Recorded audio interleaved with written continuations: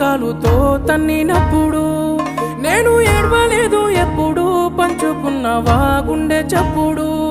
నువ్వు కడుపులో ఉన్నప్పుడు చిన్ని కాలుతో తన్నినప్పుడు నేను ఏడవలేదు ఎప్పుడు పంచుకున్నవా గుండె చప్పుడు పురిటి నొప్పుల బాధ కన్నీరు అయినా చూసి మురిసిన కన్నా నీ